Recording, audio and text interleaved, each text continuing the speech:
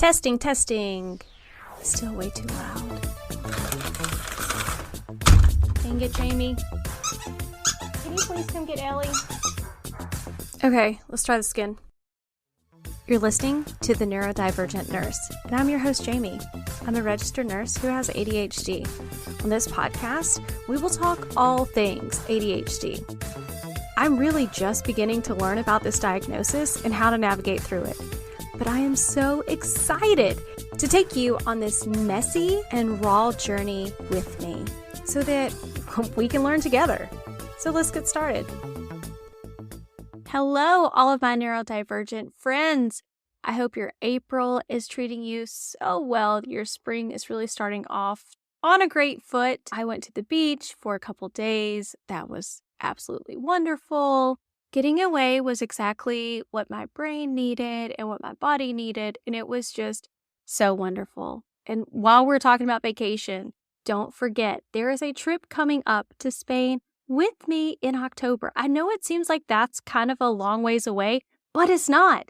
You need to go ahead, sign up for it today so that you can get on the monthly payment plan so it just doesn't hit you all at once if you're anything like me. It's a super fun itinerary that is set up with walking tours, flamenco and tapas nights.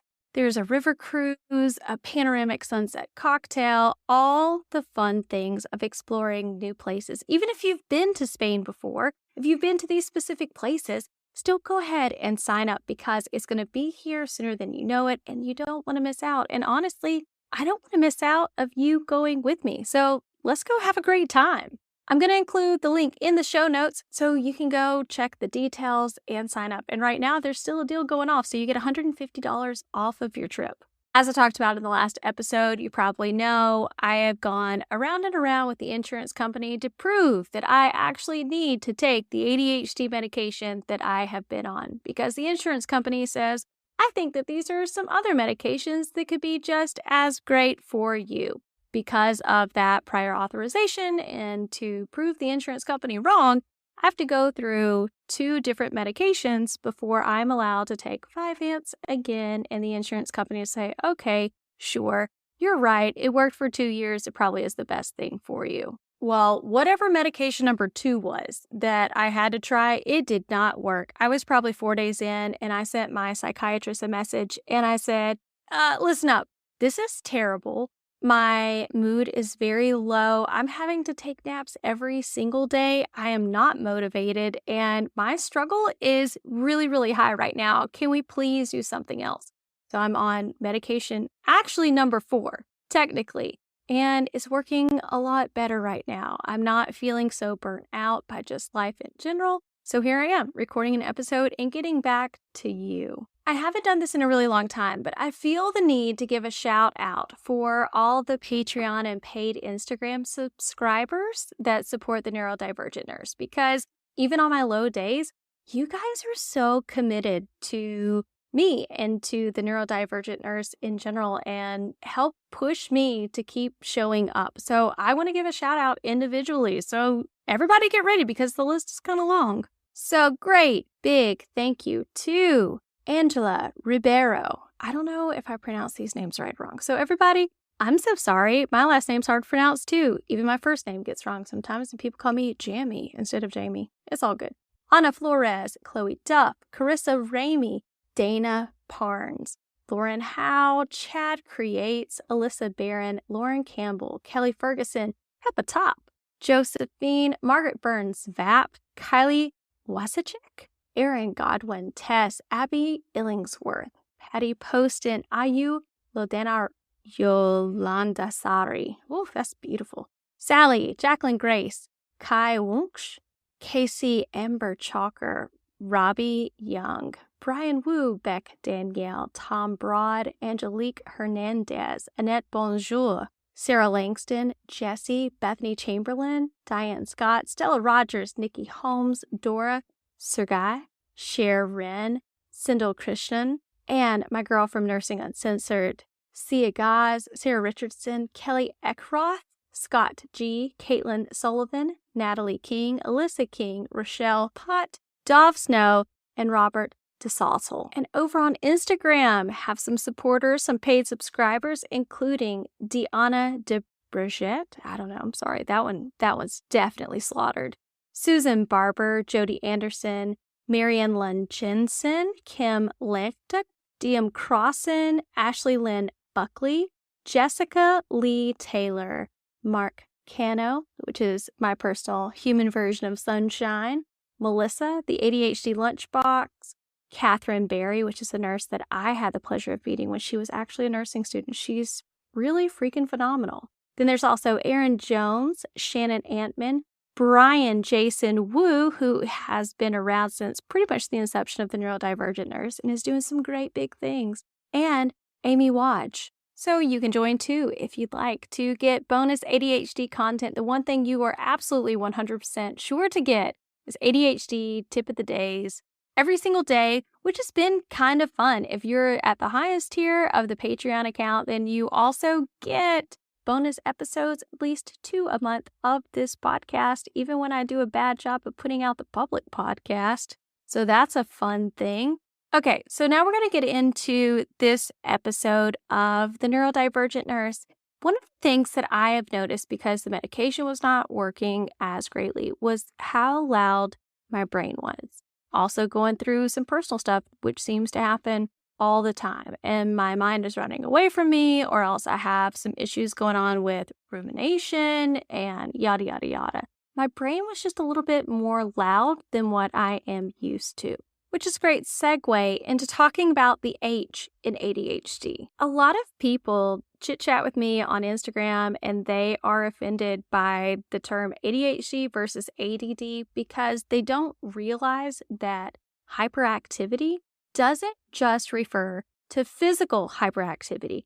Although, for me personally, sitting for long periods of times is just not that easy. But it's also very much connected to internal restlessness and a fired up nervous system. In itself, it's connected to emotional burnout. And we know that having a busy brain that runs at like 1.5 times the speed of normal brains can really be a huge asset. I love coming up with new ideas, brainstorming, problem solving, matchmaking, all of this fun stuff. But with my brain running all the time, it has caused some major headaches over the years. Those things lead to overthinking and coming up with like the worst catastrophe ever. Those just don't help. With that being said, I know how exhausting it can be to live inside the head of someone with ADHD. I feel a bit more in control after learning and implementing techniques that can help calm my mind that just seems to always be racing. Here's a formula that I want to share with you through the research that I use, that I found that is so helpful to help me relax and calm down that just speedy mind. The first thing you want to do is take action, any action. If we know that we have the tendency to live in our heads, then sometimes taking the smallest step forward can be enough to quiet our thoughts, our worries, and anxieties. Staying in the rumination zone leads to procrastination. It leads to perfectionism, guilt, imposter syndrome, or believing we're unable to do anything. But taking any action, any simple action, often leads us out of this zone. Action, in many ways, is the antidote to a busy mind. When our focus is away from our automated thoughts, we can pour more focus, love, patience, and creativity into the things that do matter. The more we access this, the less space we have to overthink negative thoughts. Number 2, try to be more intentional with your thoughts. Guard your headspace. Pay attention to where you're focusing your mental energy. Set clear boundaries for emotional well-being. When we're not intentionally choosing the right thoughts, the negativity can quickly become our reality, and we begin attracting relatable scenarios to match what we're energetically absorbing. Number 3, dismiss the thoughts that don't serve you. Just because it's in your head, it doesn't mean that you have to believe it. Make a conscious effort every day to return your brain to a neutral thought and avoid getting sucked in by the negative. Take 5 minutes in the morning before you check your phone to do some meditating, breathing, or tapping to ground yourself and decrease reactivity. No matter what, don't allow a negative narrative to pull you off of your path and limit your success, whatever that may look like. Number 4, notice your triggers. I have been preaching boundaries for so many months now, and I have on this podcast as well. So when noticing your triggers, you have to create mental boundaries to protect yourself from certain thoughts or beliefs that are not serving your highest good. The TV shows or channels we watch, including the podcasts we choose, the people that we engage with, and also the books that we read, can all inform our self-beliefs, which are sometimes in the negative. These combine to play a feedback loop to our brains that potentially make our ruminations even scarier. Take notice of the activities and the people that align with your values and contribute to inner peace. Magnetize yourself to only the stuff that creates positive energy, action, and change. If the other stuff fills you with dread, unpack it and decide if it's there to serve you or to shame you. Number 5, commit to what makes you feel best. What makes you feel good? What would you do to improve your day? Whether it's a yoga class, singing, baking, exercising, dancing, chatting with a friend, whatever it is, try to incorporate one element of joy into your day to keep your mind in a more positive state. If you're unable to commit to a feel-good activity, think deep about where the push-pull is coming from and what areas of your life can be adjusted. Number 6, resisting is not always the answer. Embrace and accept the way your brain works. Trying to put a full stop to your thoughts will never work. That's just the reality of our brains.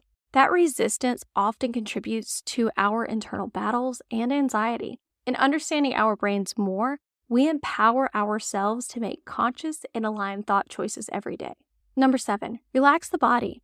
Try this powerful technique of noticeably softening your body by recognizing where you're holding tension. Mine often stays in my shoulders, and I have a lot of neck and shoulder pain when I go to my massage therapist that needs to be worked out because of it. You can do this reset as many times as you need to help recalibrate and regulate your emotions. Physically shaking it off is another way to jolt your system out of it. I don't know if you've ever watched Grey's Anatomy, but whenever they had a really tough time, 2 of the main characters back in the day, Meredith and Christina, they would just have like a dance break, and they would just jump and dance. That's what I'm talking about. In all, any form of physical movement you enjoy is great for disengaging the brain from overthinking. It's wild to me that sometimes Grey's Anatomy gets it right.